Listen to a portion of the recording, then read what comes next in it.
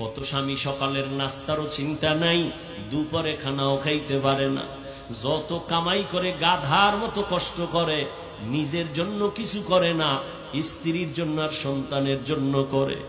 নিজে খাইলো না না খাইলো চিন্তা নাই, স্ত্রী খাইলো কিনা সন্তান খাইলো কিনা পেরেশান।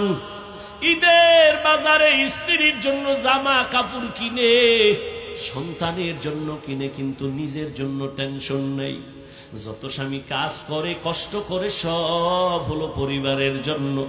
আল্লাহর নবী সান্ত্বনা দিয়া কয়, ও স্বামী,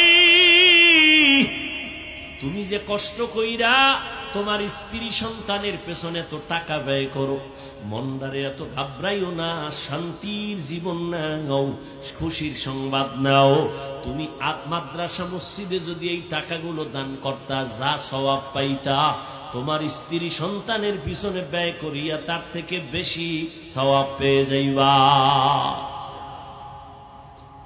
ও পর্দার আড়ালের আম্মা জান, ঘরে আসার পরে যদি স্বামীকে সালাম দিয়া বরণ করে একটু বুঝাইতে এনো, স্বামী আমার আব্বা জানের ঘর ছাড়িয়া মায়ের কোলের মায়া বাদ দিয়ে আমি আপনার ঘরে চলে আসছি, না খাইয়াও দিন কাটাইতে রাজি, খাইলে পাবো না খাইলে পাবো তার কোনো চিন্তা নাই, তবে আপনার কাছে আমার একটা দাবি, আমরা ঘরের মধ্যে বাচ্চা নিয়ে যে থাকি, আপনার কাছে অনুরোধ, কোনোদিন হারাম টাকা ঘরে নিবেন না, ঢুকাবেন না।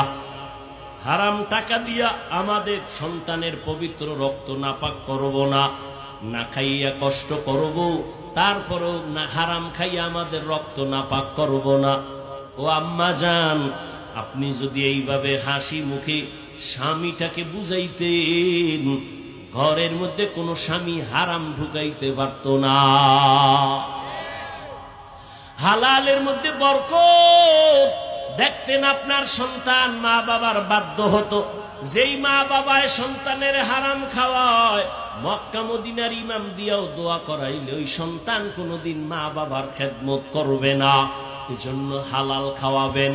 ও আম্মা জান, আপনার সন্তানটাকেও যদি ছোট থেকে কোরআন পড়াইয়া ডাক্তার বানাইতেন, আপনি মরিয়া গেল সন্তান ডাক্তার হইয়াও কোরআন পড়ে দোয়া করতে ভুলতো না।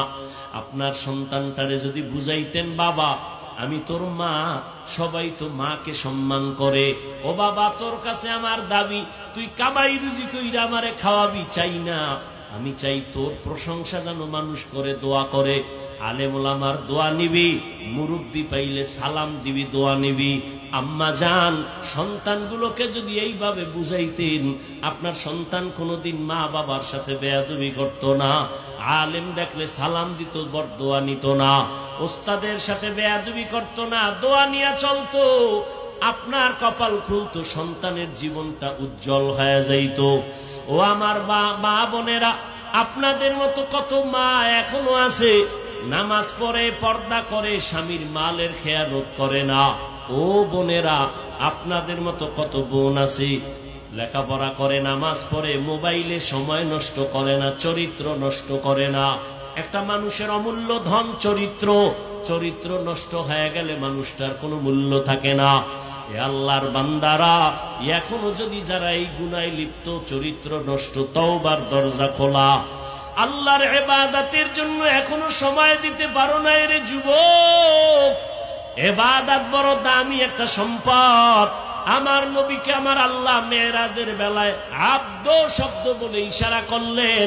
তিনটা কারণে নবীকে আল্লাহ আব্দ শব্দ বলেছেন মেরাজের ঘটনার শুরুতে। নবীকে আল্লাহ বান্দা বলিয়া বুঝাইছেন। বেঈমান নাস্তিকেরা, ওরা নবীর মেরাজটা সরাসরি বিশ্বাস করে না। আমি আব্দ শব্দ দিয়া বুঝাইলাম, বান্দা শুধু রুহের নাম না, বান্দা শুধু দেহের নাম না, রুহু আর দেহটার দোনোটার সংমিশ্রণে হয় একটা মানুষ, একটা বান্দা।